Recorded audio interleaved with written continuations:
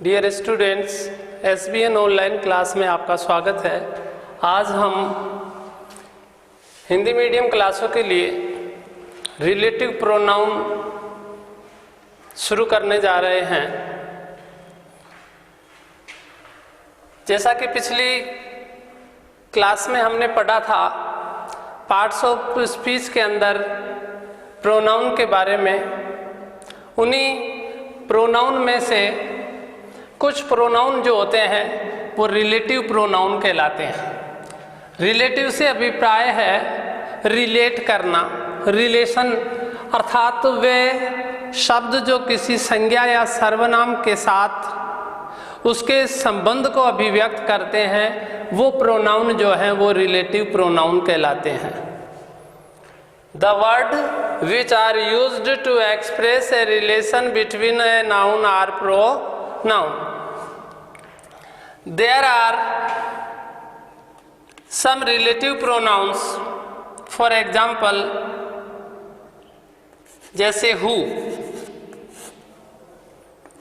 दूसरा whom, तीसरा whose, चौथा that, पांचवा है where, छठा है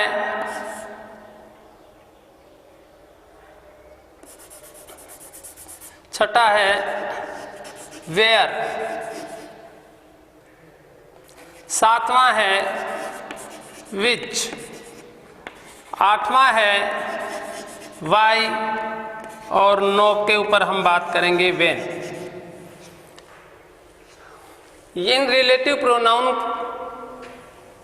का वाक्य के अंदर प्रयोग जो है वो कंबाइंड सेंटेंस के अंदर दो अलग अलग प्रकार के वाक्यों को जोड़ने के रूप में भी इनका प्रयोग किया जाता है। जैसे उदाहरण के तौर पर देखते हैं, Ram is my friend, Ram मेरा मित्र है। ही यानी वह है, लिव्स यानी रहता है, इन कोटा यानी कोटा में। ये दो अलग अलग सेंटेंस है, इनको हम कंबाइन करते हैं, जोड़ते हैं आपस में, तो हमें ध्यान रखना चाहिए एग्ज़ाम के अंदर 10th क्लास में, 11th क्लास में, 9th क्लास में रिलेटिव प्रोनाउन से रिलेटेड एक दो क्वेश्चन जो हैं वो दिए गए होते हैं। तो उसमें कोष्टक में लिखा हुआ होता है, जैसे हु यानी दिए गए वाक्य को हु से कनेक्ट करते हुए इस तरह से जोड़ना है जिससे कि इन दोनों अलग अलग वाक्यों का भाव जो है वो सेम रहे, लेकिन वाक्य दो के बजाय मिलकर के एक कंबाइंड सेंटेंस हो जाए। इस तरह से लिखेंगे तो हमें सबसे पहले ध्यान रखना चाहिए कि रिलेटिव प्रोनाउन जो है वो सदैव किसी न किसी प्रोनाउन के ही स्थान पर आएगा। यहाँ पर ही भी एक थर्ड पर्सन प्रोनाउन है, ये यहाँ पर प्रयुक्त हुआ है राम के लिए। तो हमें इस रिलेटिव प्रोनाउन का प्रयोग करते हुए हमें इसके साथ निम्न रूप से वाक्य को लिखेंगे, अर्थात वाक्य की रचना होगी, राम इज माई फ्रेंड, मेरा मित्र है। हु यानी जो कि, लिव्स यानी रहता है, इन कोटा यानी कोटा में। इस प्रकार से हम देखेंगे ये कंबाइंड सेंटेंस बना जिसमें हु यहाँ पर जो है वो एक रिलेटिव प्रोनाउन के तौर पर है, रिलेटिव प्रोनाउन है जो संज्ञा राम का इस कोटा के साथ रिलेशन को अभिव्यक्त कर रहा है। इनके शाब्दिक अर्थ देखें तो हु का अर्थ होता है जो या जो कि,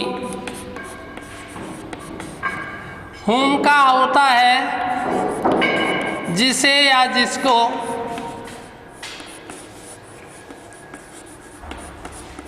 हुज का अर्थ होता है जिसका या जिसकी।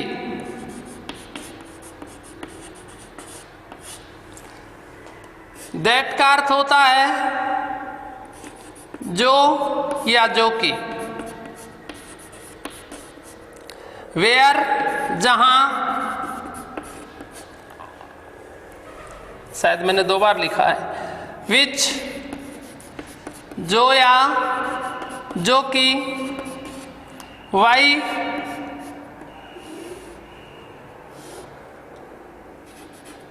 क्यों, इसलिए के भावार्थ में।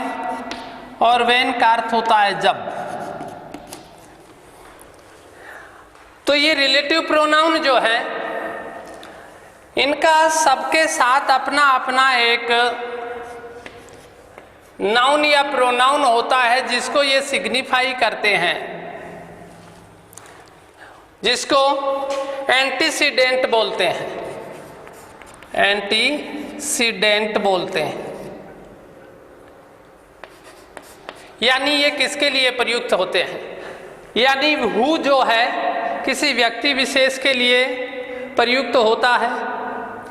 होम ये भी हु से बना है, तो ये भी एक व्यक्ति विशेष के लिए वाक्य में प्रयुक्त किया जाता है। हुज भी हु से बना है, तो ये भी व्यक्ति के साथ प्रयुक्त किया जाता है।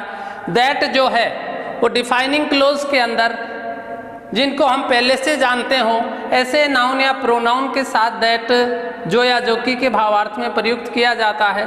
और वेयर जो है वो किसी नाउन का स्थान विशेष के साथ वो रिलेशन को अभिव्यक्त करता है। विच ये रिलेटिव प्रोनाउन जो है वो किसी वस्तु या जानवर आदि के नाम के साथ या उनके बारे में जब, अर्थात इनका एंटीसीडेंट जो होता है वो कोई नेम ऑफ एनिमल होता है या नेम ऑफ ए थिंग होता है। वाई इस रिलेटिव प्रोनाउन का प्रयोग जो है वो किसी रीजन को अभिव्यक्त करने के लिए काम में लिया जाता है। और टाइम जब कर्ता किसी कार्य को करता है और उस कार्य करने के समय को रिलेट करना हो तो हम व्हेन रिलेटिव प्रोनाउन का प्रयोग करते हैं। जैसे दैट का प्रयोग करके देखते हैं। जैसे दी मैन यानी आदमी, हु यानी जो कि, लिव्स यानी रहता है, देयर यानी वहां पर, ही इज ए डॉक्टर वो एक चिकित्सक है। तो यहाँ पर स्पीकर जो है वो उस आदमी को पहले से जानता है कि उसको मालूम है कि वो व्यक्ति जो वहाँ रहता है वो एक क्या है, डॉक्टर है।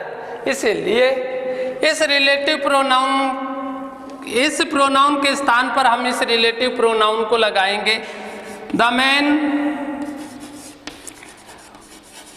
हु लिव्स देयर जो वहाँ रहता है, दैट इज ए डॉक्टर वो एक क्या है, चिकित्सक है।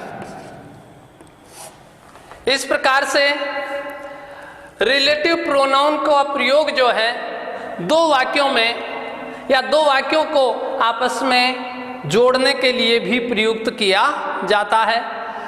रिलेटिव प्रोनाउन हमेशा किसी न किसी प्रोनाउन के स्थान पर आते हैं। फॉर एग्जाम्पल के तौर पर दोबारा देखते हैं। आई हैव ए डॉग, मेरे पास एक कुत्ता है। इट इज इटालियन,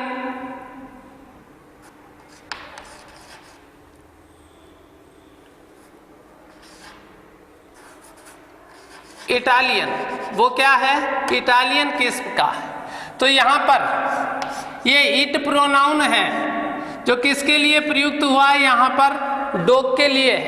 तो ऐसा रिलेटिव प्रोनाउन जिसका है एंटीसीडेंट जो है वो कोई वस्तु हो या कोई जानवर का नाम हो तो हम रिलेटिव प्रोनाउन विच को प्रयोग में लाते हैं। तो क्या होगा वाक्य, I have a dog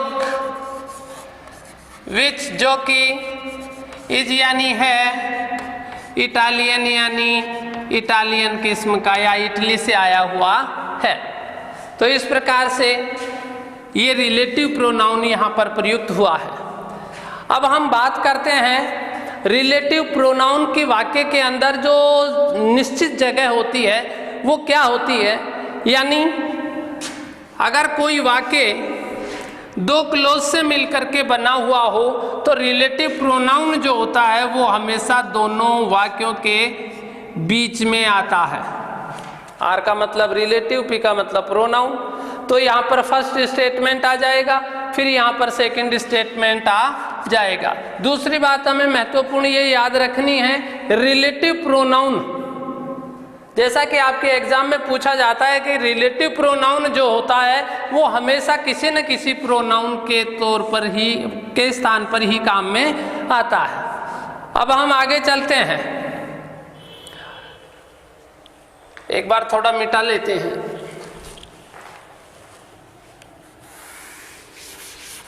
dear students,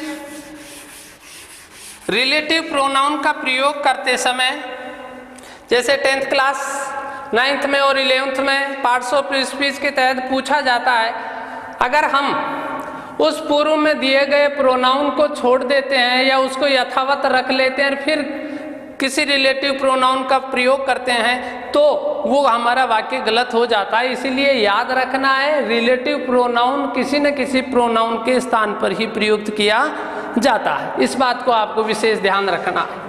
तो सीधा सा इनको समझने का तरीका है कि हु जो है वो ही, सी, दे के स्थान पर काम में आता है, के स्थान पर काम आता है। अब एक एक के ऊपर बात करते हैं। जैसे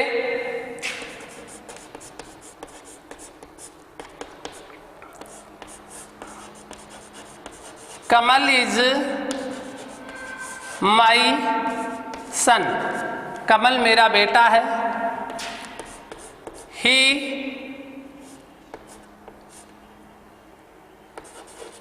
ही वर्क्स, वो कार्य करता है, इन ए फैक्ट्री, एक फैक्ट्री के अंदर कार्य करता है।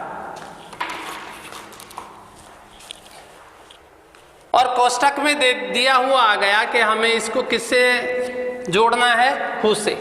तो देखो हु के लिए क्या आया, ये ही, सी या दे के स्थान पर काम आता है। तो इसका स्थान कहाँ है, यहाँ आएगा, इसके स्थान पर आएगा, लेकिन आएगा दोनों वाक्यों के बीच में। जब हम हु से वाक्य को दोनों वाक्यों को जोड़ेंगे तो बीच पहले वाले वाक्य के अंत में आया फुल स्टॉप जो है वो क्या हो जाएगा, हट जाता है। ऐसी बातों का भी हमें ध्यान रखना चाहिए। तो अर्थ क्या हो जाएगा, कमल इज माई सन, कमल मेरा बेटा है।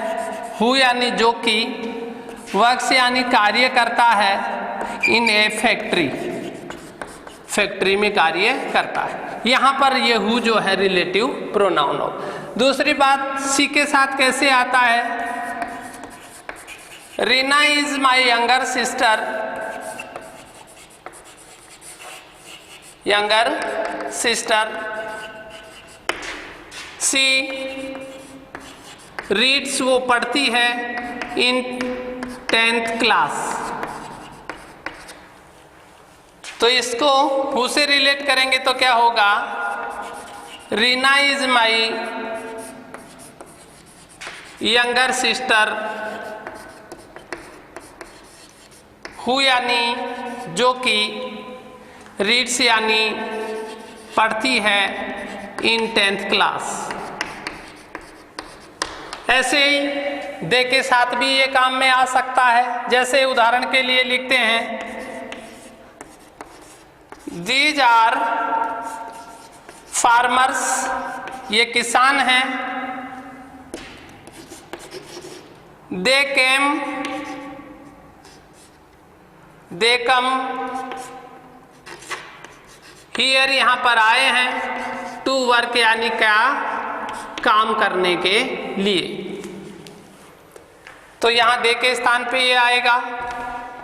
तो लिखेंगे दीज आर फार्मर्स, ये किसान हैं, हु यानी जो कि, कम आए हैं, हियर यानी यहाँ पर, टू वर्क यानी कार्य करने के लिए। इस प्रकार से मैं आशा करता हूँ कि हु का प्रयोग रिलेटिव प्रोनाउन के तौर पर कैसे और कहाँ किया जाता है ये समझ में आ गया। अब हम बात करते हैं whom।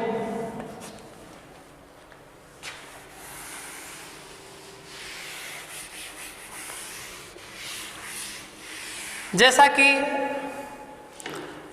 आपको पता पड़ गया कि whom जो है वो भी किससे बना हुआ है, who से बना हुआ है, तो ये भी एक व्यक्ति विशेष के साथ ही काम में लिया जाएगा, अर्थात इसका एंटीसीडेंट जो होगा वो किसी व्यक्ति का नाम होगा, चाहे वो स्त्री हो चाहे वो पुरुष हो।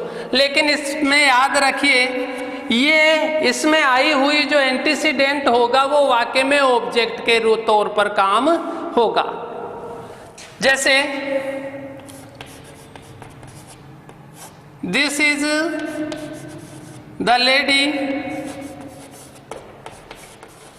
you know her very well।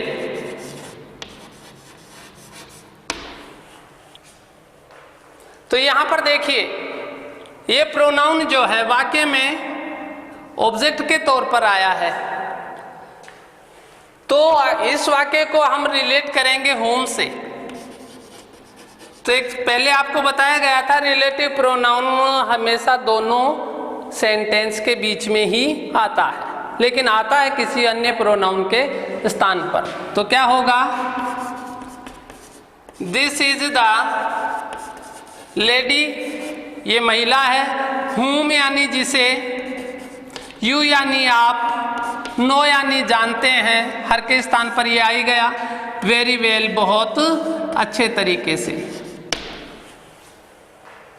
तो ये रिलेटिव प्रोनाउन जो है ऑब्जेक्टिव रूप के साथ वाक्य के अंदर प्रयोग में लिया जाता है, लेकिन आता है दोनों वाक्यों के बीच में। अब हम बात करते हैं हुज की। जैसा कि आपको दिख रहा है हुज जो है ये भी हु से बना है, अर्थात ये भी व्यक्ति के नाम के साथ प्रयोग में लिया जाएगा, यानी name of a person is here antecedent of whose. अर्थात सीधा तरीका देखें, हिज, हर और दियर के स्थान पर प्रयुक्त किया जाता है,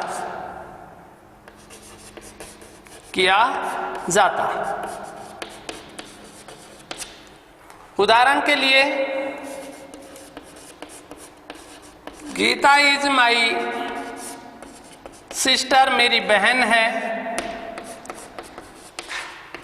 हर हस्बैंड, उसके पति जो हैं, इज ए डॉक्टर। और हम रिलेट करेंगे इसको किससे, हुज से। तो किसके स्थान पर आएगा, हर के स्थान पर आएगा, लेकिन आएगा दोनों वाक्यों के बीच में। देखिए, गीता इज माई सिस्टर, मेरी बहन है। हुज जिसका हस्बैंड यानी पति, इज ए डॉक्टर, एक चिकित्सक है।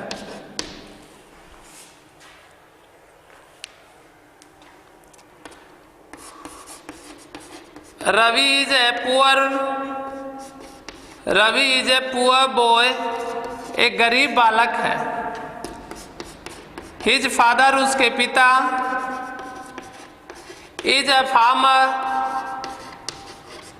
किसान है। इस वाक्य को हम हुज से रिलेट करेंगे तो किसके स्थान पर आ जाएगा, हिज के स्थान पर। तो क्या बनेगा, Ravi is a poor boy, whose जिसका फादर, पिता जो हैं, इज ए फार्मर। मैं आशा करता हूं हु, होम, हुज का प्रयोग आपको समझ में आया है। अब हम नेक्स्ट बात करेंगे दैट के ऊपर।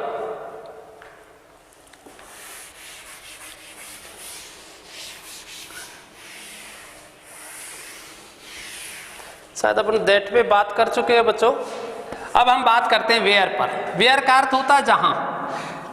ये रिलेटिव प्रोनाउन जो है इसका एंटीसीडेंट जो होता है वो कोई स्थान विशेष होता है, यानी किसी संज्ञा या सर्वनाम का रिलेशन जो है उस स्थान के साथ ये व्यक्त करता है। सीधा तरीका इसको समझने का है, ये वाक्य में हियर और देयर के स्थान पर आता है। देयर के स्थान पर इसका प्रयोग किया जाता है। फॉर एग्जाम्पल, जैसा कि आपको पता है वाक्य में ये दिए गए होंगे हियर और देयर, तो इसके स्थान पर रिलेटिव प्रोनाउन जो है वेयर काम में लिया जाता है। उदाहरण के लिए देखिए आप, दिस इज आवर स्कूल, ये हमारा विद्यालय है। एक सेंटेंस ये है। वी रीड, हम पढ़ते हैं, हियर यानी यहाँ पर, और इसको कनेक्ट करना है वेयर। वेयर का अर्थ यहाँ पर क्या है, जहाँ। तो क्या होगा, कंबाइंड करते हैं सेंटेंस को। दिस इज आवर स्कूल, ये हमारा विद्यालय है। वेयर जहाँ पर, वी रीड, हम पढ़ते हैं। यहाँ पर इस स्थान विशेष का बोध कराने वाले इस शब्द को हम क्या कर देते हैं, हटा देते हैं। ये एडवर्ब पहले से इसको क्या कर देते हैं, हटा देते हैं। तो अर्थ हुआ दिस इज आवर स्कूल, ये हमारा विद्यालय है। वेयर जहाँ पर वी रीड यानी हम पढ़ते हैं। उदाहरण दूसरा देखते हैं। रामपुर इज माई विलेज, मेरा गांव है। आई वॉज बोर्न, मैं वहां पर पैदा हुआ था। देयर यानी वहां। तो अब इसके स्थान पर आएगा, लेकिन आएगा दोनों वाक्यों के बीच में। तो होगा अपना वाक्य, रामपुर इज माई विलेज, मेरा गांव है। वेयर जहां पर, आई वॉज बोर्न, मैं पैदा हुआ था। और देयर को हटा देते हैं। अब अगला देखते हैं विच, जो अर्थात इसका एंटीसीडेंट जो है वो होगा नेम ऑफ है animal, name of a thing. अर्थात ये वाक्य में इट के स्थान पर प्रयुक्त किया जाता है, पर आता है। उदाहरण के तौर पे देखते हैं, आई यानी मैंने, बोट यानी खरीदा, ए पर्स यानी एक पर्स खरीदा। आई बोट ए पर्स, मैंने एक पर्स खरीदा। इट इज मेड ऑफ, ये बना हुआ है, लेदर यानी चमड़े का। और कोष्टक में दे दिया गया है विच, तो ये वस्तु के साथ रिलेशन को व्यक्त कर रहा है। तो क्या होगा, आई बोट, मैंने खरीदा, ए पर्स, एक बटुआ खरीदा, पर्स खरीदा। विच यानी जो कि, इज मेड यानी बना हुआ है, ऑफ लेदर यानी चमड़े का। ऐसे ही किसी जानवर का नाम आ जाए तो इट के स्थान पर विच का प्रयोग किया जाता है। अब बात करते हैं रिलेटिव प्रोनाउन वाई। इसका प्रयोग किसी भी रीजन को अभिव्यक्त करने के लिए, to express a reason for something happening, किसी वस्तु के साथ किए, किसी वस्तु के बारे में कोई काम किया हो और उसका रीजन हम जानना चाह रहे हो तो उसके लिए वाक्य में इसका प्रयोग करते हैं, इस रिलेटिव प्रोनाउन का प्रयोग करते हैं। For example, it is the reason, it is the reason, यही कारण है। वाई यानी क्यों,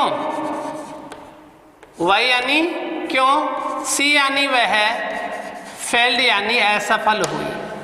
इट इज द रीजन, यही कारण है, वाई से फेल्ड के वो असफल क्यों हुई।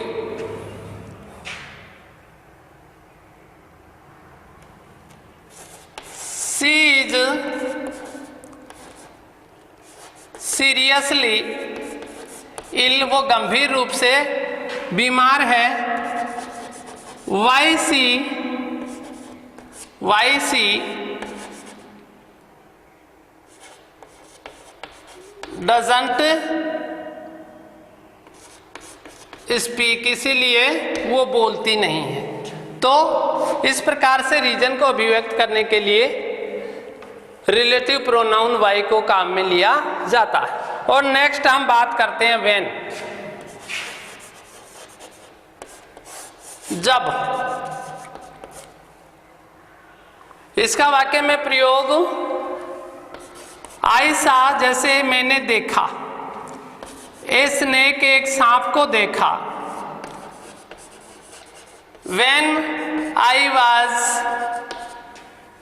When I was going to school, जब मैं स्कूल जा रहा था।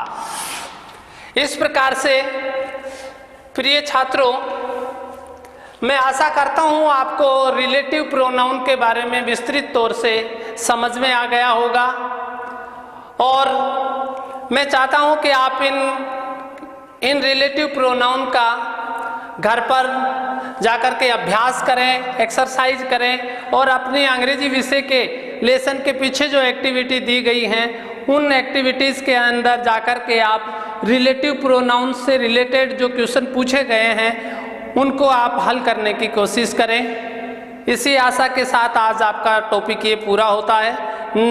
नेक्स्ट सेगमेंट में हम किसी अन्य टॉपिक के साथ मिलेंगे। तब तक के लिए धन्यवाद, बाय बाय।